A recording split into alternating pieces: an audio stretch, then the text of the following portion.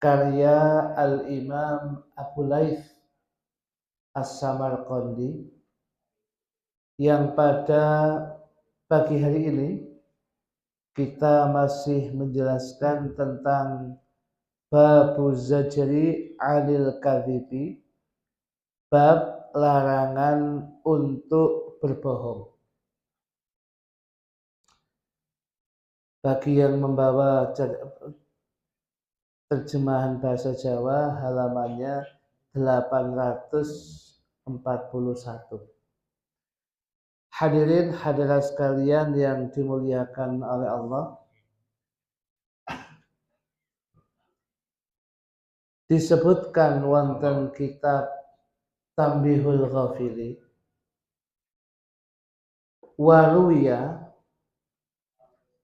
dan pernah diriwayatkan, an Hudzaifah bin Yamani radhiyallahu taala anhu, dari sahabat Hudzaifah bin Yaman radhiyallahu taala anhu, annahu qala, bahwasanya beliau berucap.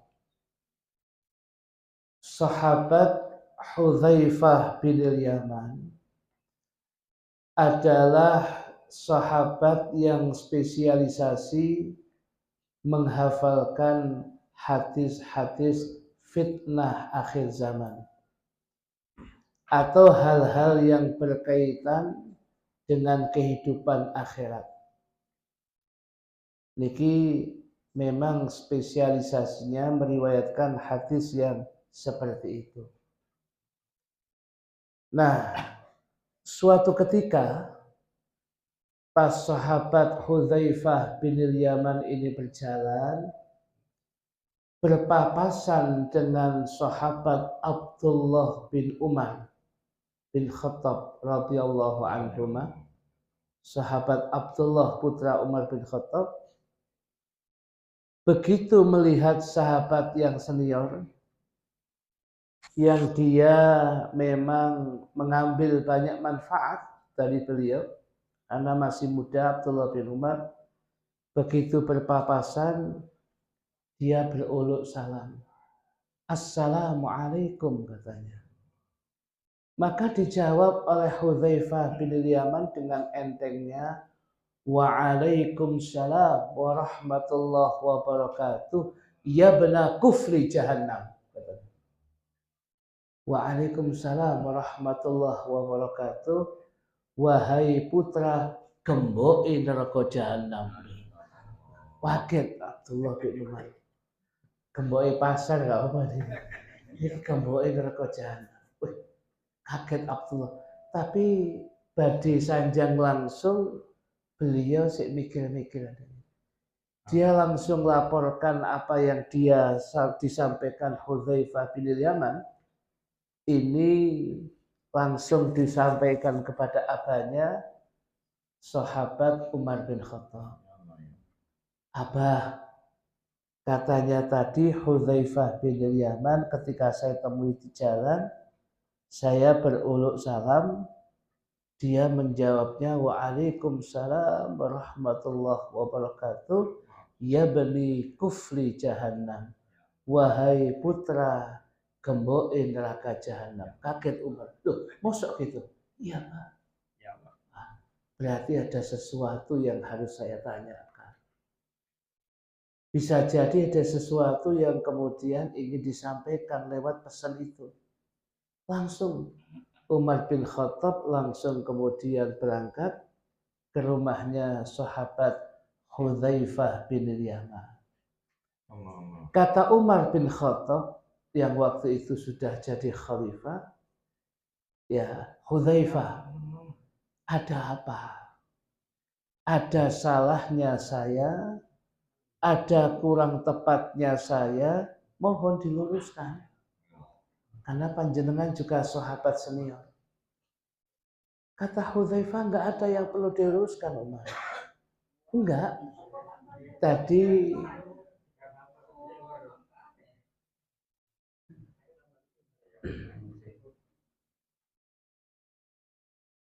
Tadi putra saya ketemu panjenengan, dia kemudian mengatakan bahwasanya saya ini kuflu jahannam, ya benar kufli jahannam, putranya gemboi neraka jahannam.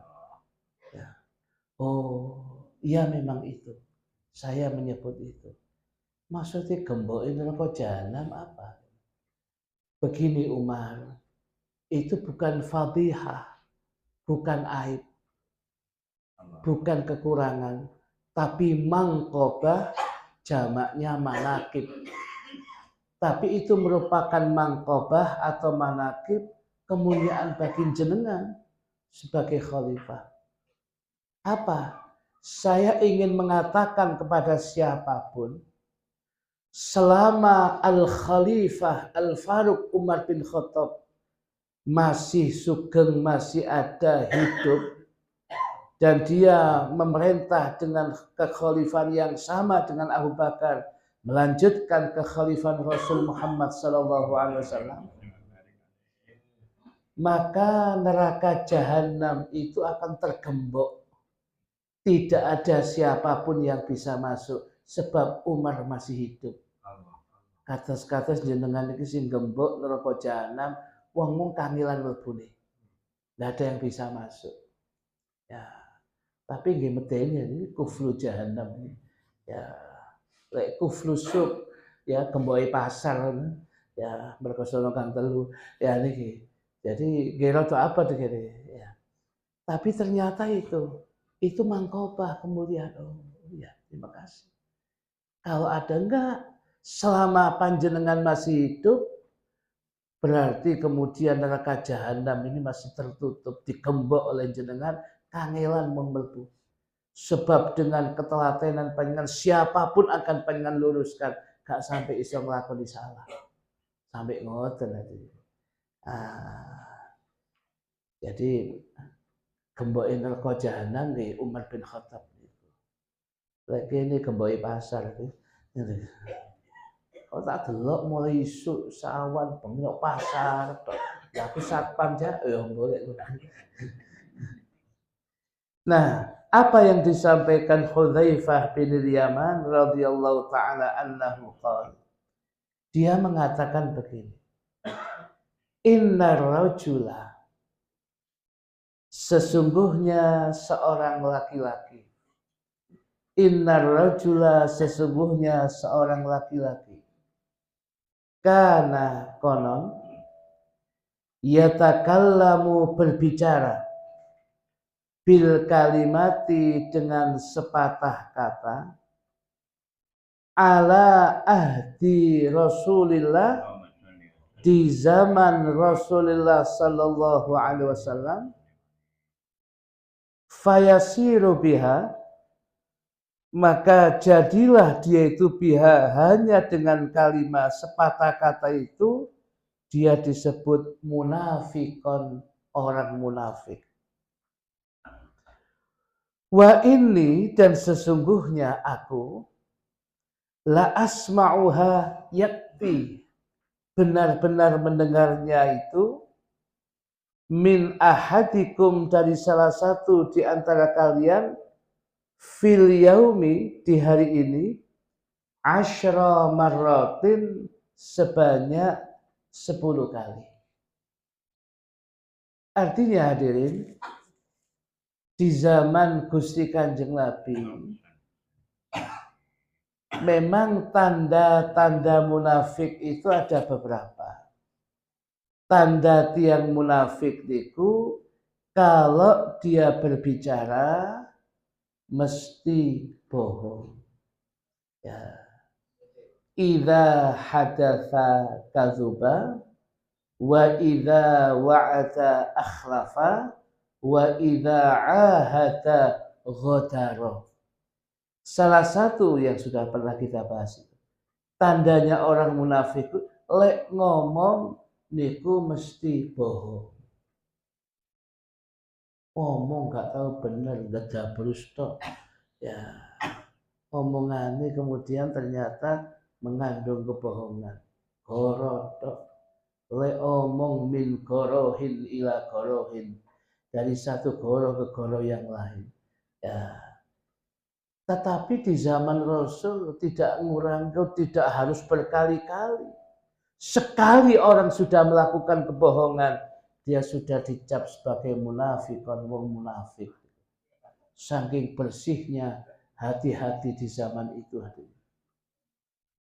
Yakni maksud daripada ungkapan hadis ini, ar-rajula, maf'ul bihnya yakni ar-rajula, seorang laki-laki, idza kana yakdzibu, apabila dia melakukan kebohongan, kana dzalika, maka adalah hal itu dalilan, sebagai petunjuk ala nifakihi, atas kemunafikannya. Orang itu berbicara, sekali berbicara bohong, itu sudah dicap, wah munafik ini. Padahal sekali lagi. Nah, sedang di akhir zaman itu berkali-kali. Ya. Fal wajibu, maka yang wajib, alal muslimi, bagi seorang muslim, an yamna'a, dia ini mencegah nafsahu, akan dirinya, min alamatil munafiqin, dari tanda-tandanya orang munafik.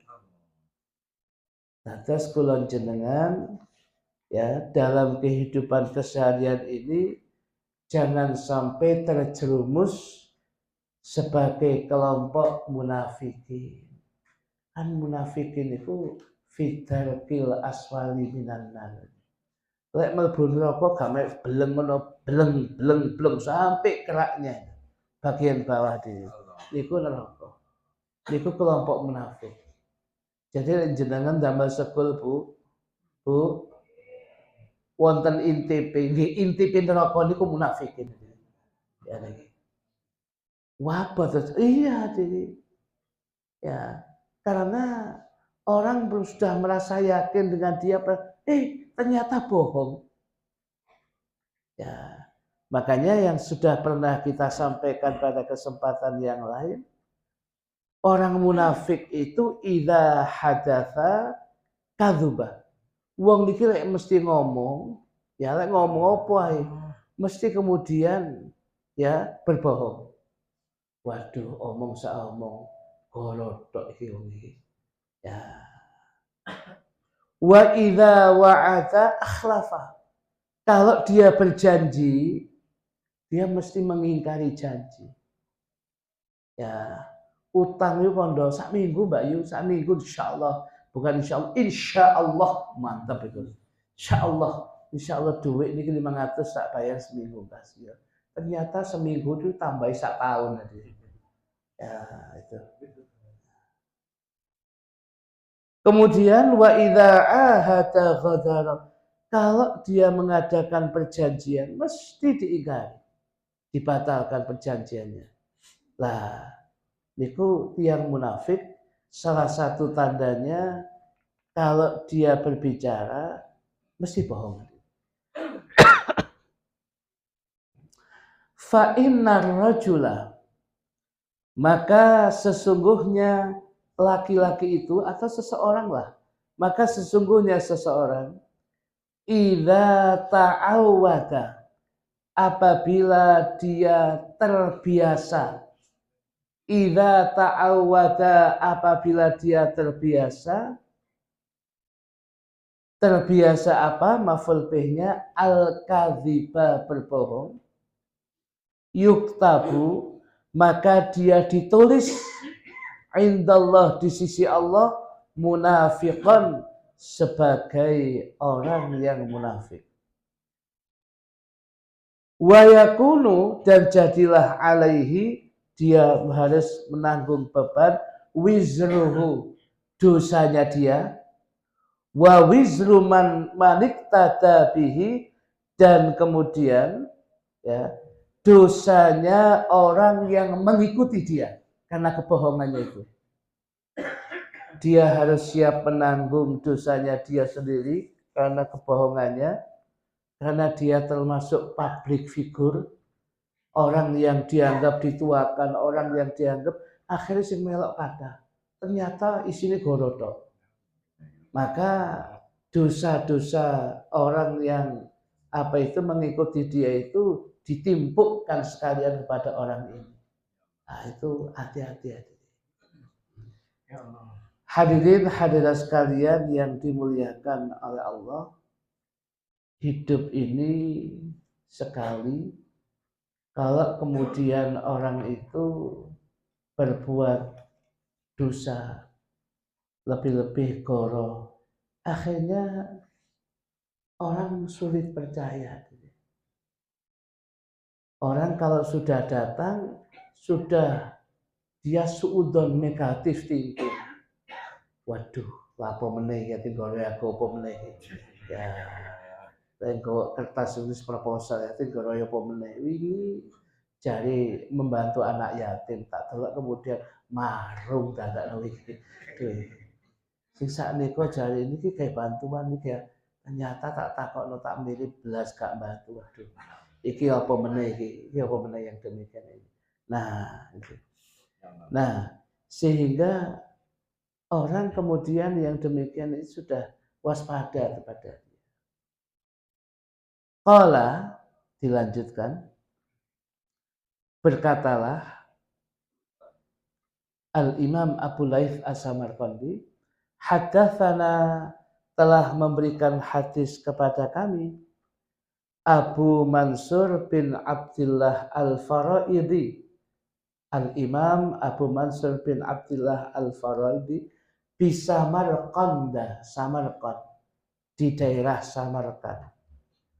Bi isnadihi, dengan sanadnya beliau, an Samurah bin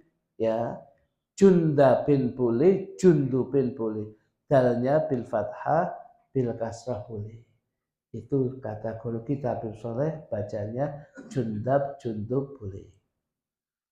An Samurah bin Jundabin atau Samurah bin Jundub radhiyallahu anhu, qala, dia berkata, kana, adalah Rasulullah sallallahu alaihi wasallam idza shallal ghadati, idza shallal ghadata, maf'ul bih. Idza, apabila sholat, beliau telah sholat al-ghadata, sholat subuh.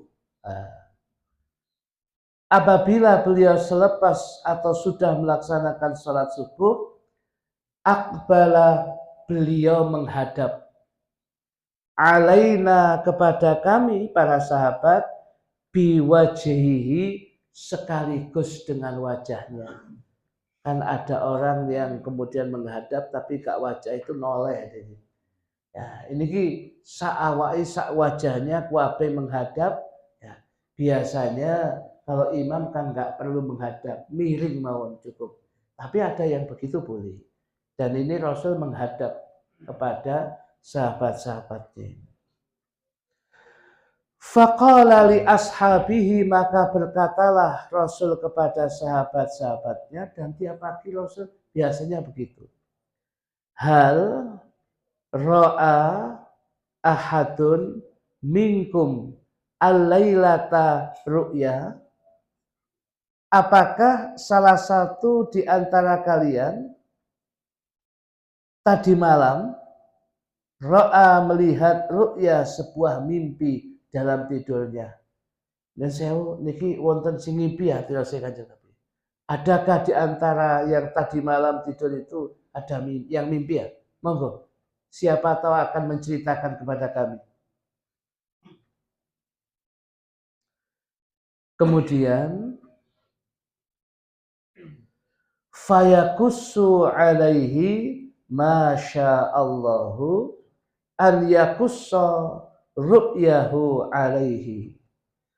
Maka kemudian Rasul mengisahkan, menjelaskan apa yang diimpikan sesuai dengan kehendak Allah, an yakussa ru'yahu, dan Rasul menakwilkan mimpi. Mimpinya begini, itu ditakwilkan oleh Rasul. Ya. Dan itu kemudian ya, apa yang dijadikan mimpi itu kemudian dijelaskan oleh Rasul.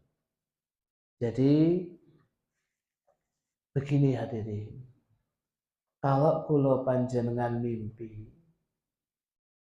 kembangnya tidur, bisa jadi mimpi itu akan jadi kenyataan, itu masih di awang-awang. Artinya kalau kita mimpi sesuatu baik suka atau tidak, jangan mudah diceritakan orang. Lebih-lebih bermimpi Gusti Kanjeng Nabi Muhammad SAW. Kecuali pada muktaman, orang yang sangat amanat. Katakanlah mimpi apa kalau orangnya muktaman, kemudian apa orangnya amanat, ketokane mimpi jelek tetap akan dijadikan kemudian dicarikan mimpi yang baik. Ditafsirkan dengan mimpi yang baik, nanti jatuhnya akan baik. Kalau yang pengen ajak omong sama sampaikan itu orang yang gak baik, lebih-lebih gak suka, ditafsiri jelek, jadinya jelek. Makanya orang itu kalau mimpi gak usah diceritakan. Kecuali pada orang-orang tertentu yang amanat. Lula Rasul kok tambah ngomong, siapa yang gak percaya Rasul, as-shadiqul masduq, orang yang pasti benar. Dia tidak akan melakukan kecuali yang hak. Jadi kalau kemudian memotivasi umatnya kemudian bisa bermimpi yang baik, itu diawali dari cara tidur yang baik mesti. Dan kemudian bisa tidur yang baik. Sekalipun kemudian mimpinya kemudian yang tidak baik, kemudian tetap diartikan dengan yang baik. Ya, tapi kadang-kadang mimpi itu karena kebiasaan yang hidup terbawa sampai tidur. Ya, ada orang datang kepada Al-Imam Muhammad Ibnu Sirin, tabi'in yang paling pintar menakwilkan mimpi. Imam, ada apa? Saya kok aneh ya? Saya di tengah malam itu mimpi apa? Mimpi saya ini kemudian ada di laut, seakan-akan meminum air laut yang banyak. Kata Imam, ini takwilnya apa Imam? Nggak perlu ditakwili, jangan sebelum tidur banyak makan gak minum, ya katanya. Iya Imam, baikku ke bawah itu, ya. Jadi nggak ada nilainya mimpi begitu itu. Mari mangan undangan kelalen gak ngombe ya, jadi ya kemudian ngombenya ini ke bawah dalam mimpi. Dalam mimpi itu yang kemudian diinginkan dia minum air laut sebanyak-banyaknya. Saman ambisi kepingin ngombe akhirnya kelalen. Sampai kemudian keturunan itu ke bawah kepada tidur itu. Jadi memang tidak semua harus ada artinya.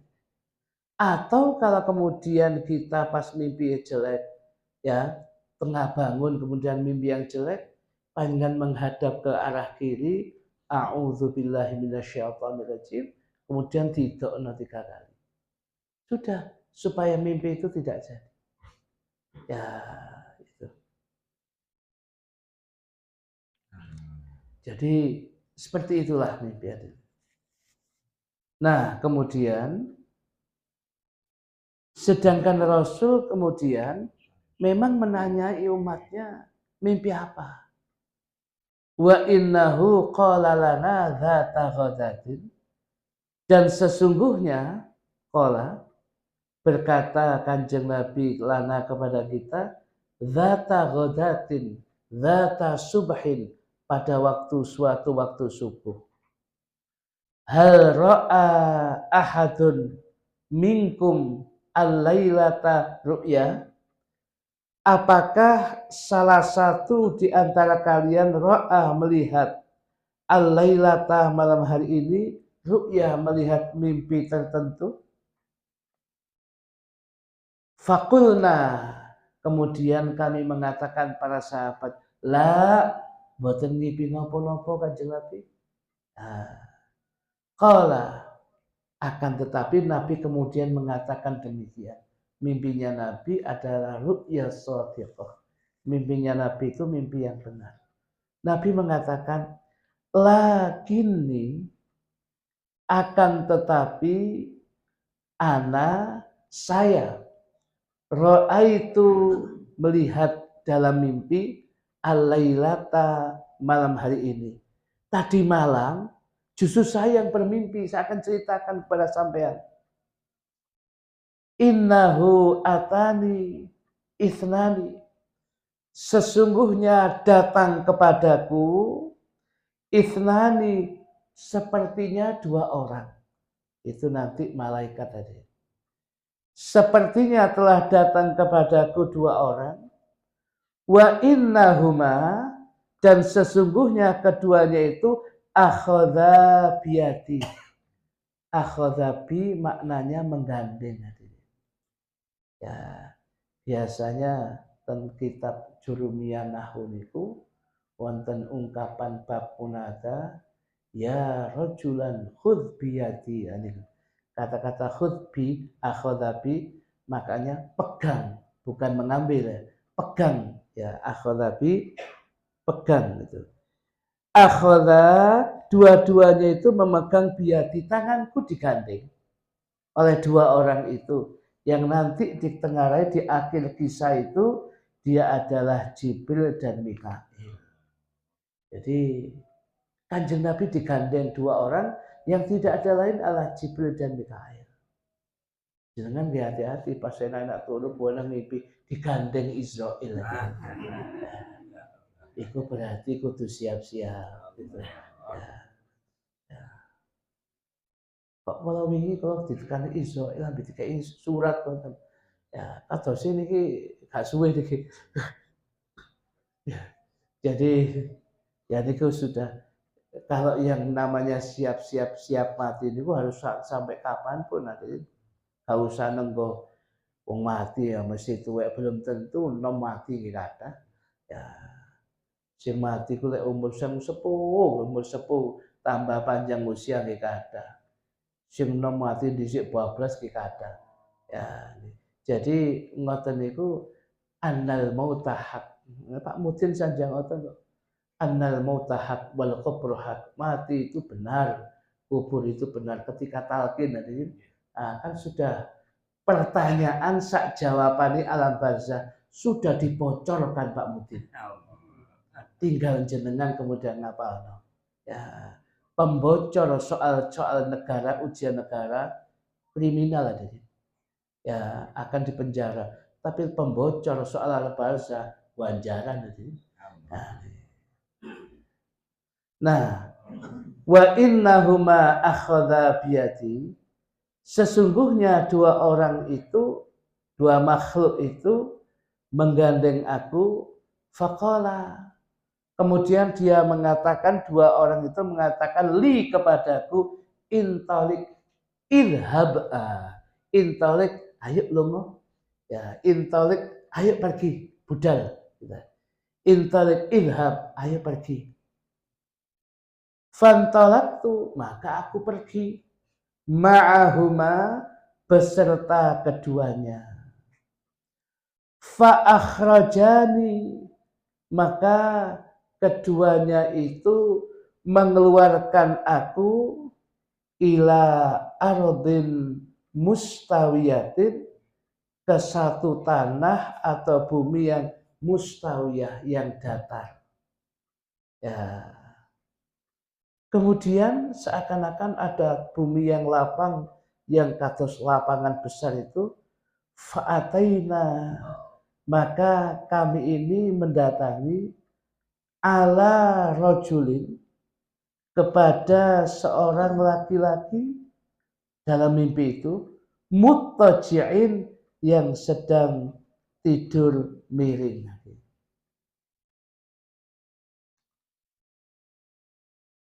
Kemudian wa akhara ala akhara wa akhara wa rajulin akhara, sedangkan laki-laki yang lain qaimun, berdiri, alaihi, dan pada apa itu, di atasnya terdapat bisakhratin, batu yang besar. Ya, jadi ada batu yang besar, ya, yang kemudian ini, ya, ceritanya itu Nabi ini diajak 2 orang ke tanah yang sangat lapang. Kemudian, ya, tahu-tahu kemudian dia berada di satu tanah lapang, ya, ada laki-laki yang lain itu yang satunya duduk miring, ya, terlentang, apa itu, tidur miring. Kemudian yang satunya berdiri alaihi bisakhratin, berdiri kemudian di atasnya dengan dia mengangkat batu. Fa'idzan, maka tiba-tiba, idzan fujaiyah, dumadaan. Fa'idzan, maka tiba-tiba, huwa, dia ini, yahwi, menjatuhkan bisakhrati, batu yang besar, sakhroh, batu yang besar, Rolling Stone, ya, bisakhrati, dengan batu yang besar itu, ala roksihi, kepada kepalanya. Fayat luhu bihi roksuhu, ya, fayat luhu, maka pecahlah, bihi, dengan sebab dijatuhi batu itu, fa'ilnya yathluhu, roksuhu, kepalanya. Nah, fayadahdahul hajaru, ya, fayadahdahul hajaru, maka batu itu kemudian mari damel mecah, gelundung hadirin. Gelundung itu bahasa Inggris Rolling Stone. Loh itu gak nama anu Ustaz, ya. Ya, pokoknya gelundung hadirin. Fayadahdahu, kemudian al-hajaru, batunya kemudian gelundung kepada dia. Fayatsba'uhu, ya, kemudian dia mengikuti batu itu. Wa ya'khudhuhu, dan mengambilnya. Fala yarji'u ilaihi, maka tidaklah dia kembali, hatta yasiha ra'suhu, hingga kemudian kembali lagi kepalanya. Jadi kemudian dihancurkan jelek, batu ini gelundung, diuber sampai sing menjatuhkan itu, belum sampai ke sini kepalanya sudah balik. Diulangi lagi, ini bolak-balik begitu. Niki azab adanya. Nanti di akhir disebutkan azab nopo kemawon. Nah, bisa jadi yang berkaitan dengan cerita kita, inilah azabnya nanti orang yang di akhirat, yang kemudian dia biasa bohong, ya, maka ngapunten hadirin, rotok kasar titik, kepalanya dikepruk, ya, dengan batu ini ngelundung, dijukuk malih, begitu kembali kepalanya balik, kepruk malih, ya, kepruk malih. Jadi copy paste hadirin. Ya, copy paste kepruk-keprukan ngoten iki. Ya, niki.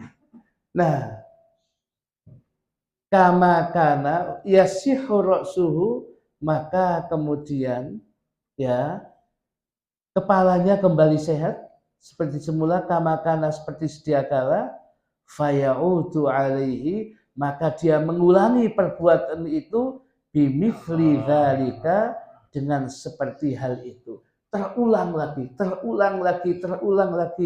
Fakultu, kemudian aku mengatakan, Kanjeng Nabi mboten tega, mengatakan subhanallah, maha suci Allah, azab apa ini wahai 2 orang laki-laki? Gak dijawab hadirin. Malah dia mengatakan faqala, maka keduanya mengatakan li, kepadaku, intalik, ayo lumayan, pergi sudah. Ya, sudah ada zaman, sudah lihat satu azab ini, ya, panjenengan sudah lihat yang demikian ini, ya, maka cukup, ayo, sudah cukup. Ya, kita bergeser lagi untuk melihat warna-warni azab yang lain.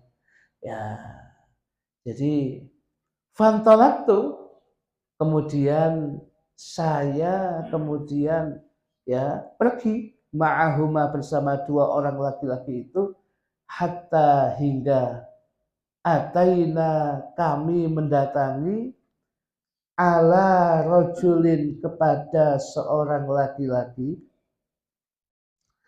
mustalqin yang dia terlentang ala kofahu ya pada nama niki tengkuknya dia terlentang gini ya. Kemudian wa idzan tiba-tiba akharu laki-laki yang lain ada laki-laki yang lain qaimun yang laki-laki itu qaimun alaihi kemudian berdiri di atas orang yang sedang tidur terlentang itu dengan apa? Bikalubin dengan membawa gantolan hadirin. Ya. Min hadidin dari besi. Ya.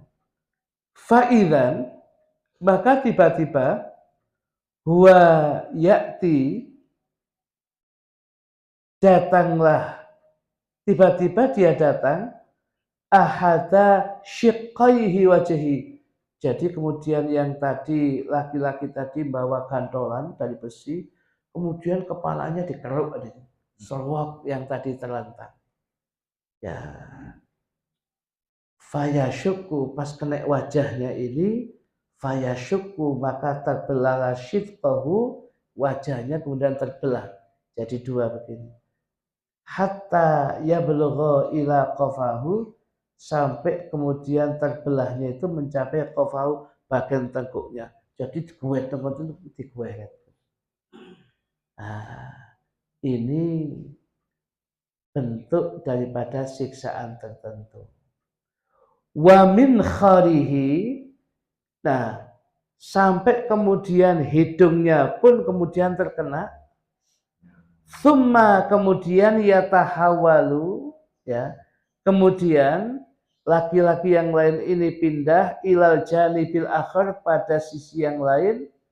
Fayuf'alu bihi mithlu dzalika maka dikerjakan hal mithlu dzalika seperti itu fala yabrughu minhu tidaklah selesai melakukan itu terus melakukannya hatta yasihal janibu al awalu ya mohon maaf ya hatta yasihal janibul awalu maka hingga kemudian sehat kembali sisi yang digeret tadi itu kamakan seperti sedia kala fayaudu ilaihi maka kemudian kembali semula fayuf'alu bihi mithlu dzalika diulang berbuat yang ulang mithlu dzalika seperti itu.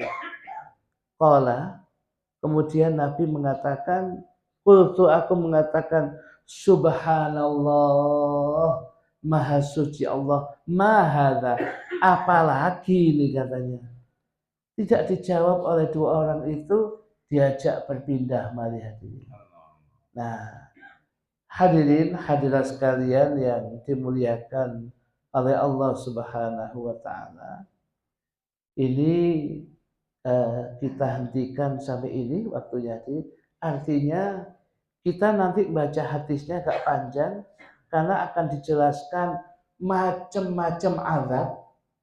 macam-macam azab dan siksaan bagi pelaku dosa.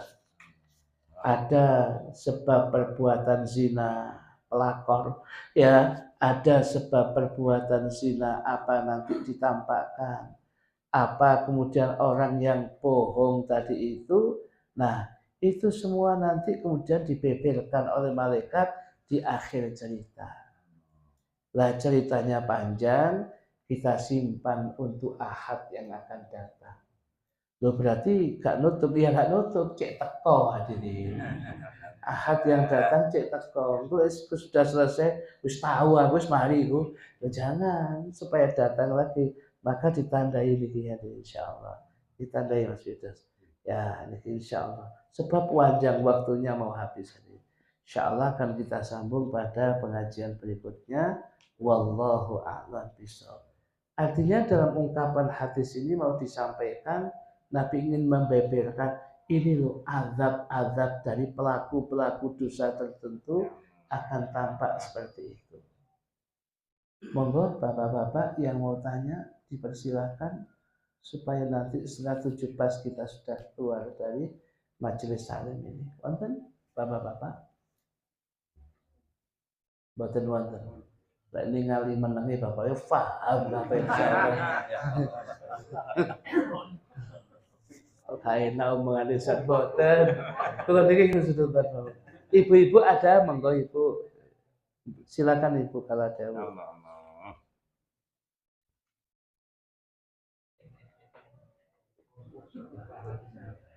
Ibu-ibu juga enggak ada?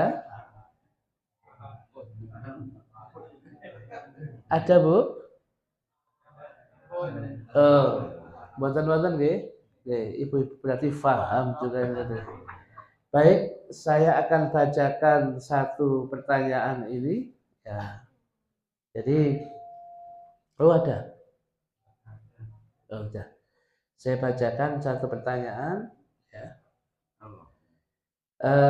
Ustadz mau tanya, untuk sholat jamak qashar maghrib dan isya, apakah imam bacaannya dikeraskan apa tidak? Karena maghrib dan isya itu sekalipun qashar itu kan sholatnya jahriyah, keras.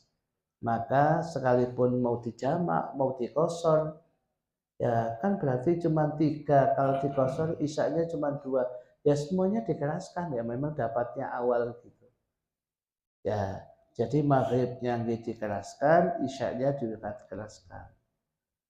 Ya, loh yang mengeraskan ini siapa?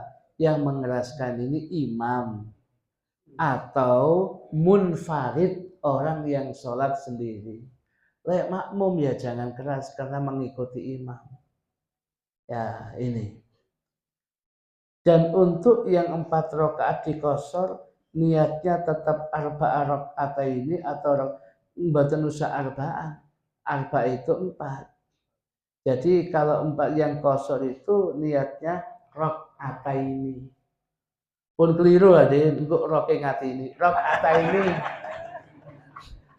Pola ini lek ngantuk niki. Ya, terima nih kadang-kadang kurang ngantuk. Kalau kan bingung gue sih. Iya, napa malah sing watuk niku berarti jadi pun keliru lah di rakaat ini. Ya, kok roke? Pun lo keliru niku. Rakaat ini. Jadi 2, ya niatnya rakaat ini qasharnya gitu. Atau tidak usah niat rakaat ini qashron lillahi ta'ala, ngoten pun cukup gitu. Ya, cukup yang demikian itu. Ya, saya kira cukup. Insya Allah akan kita sambung pada Ahad yang datang. Wallahu a'lam bishawab. Bismillahirrahmanirrahim.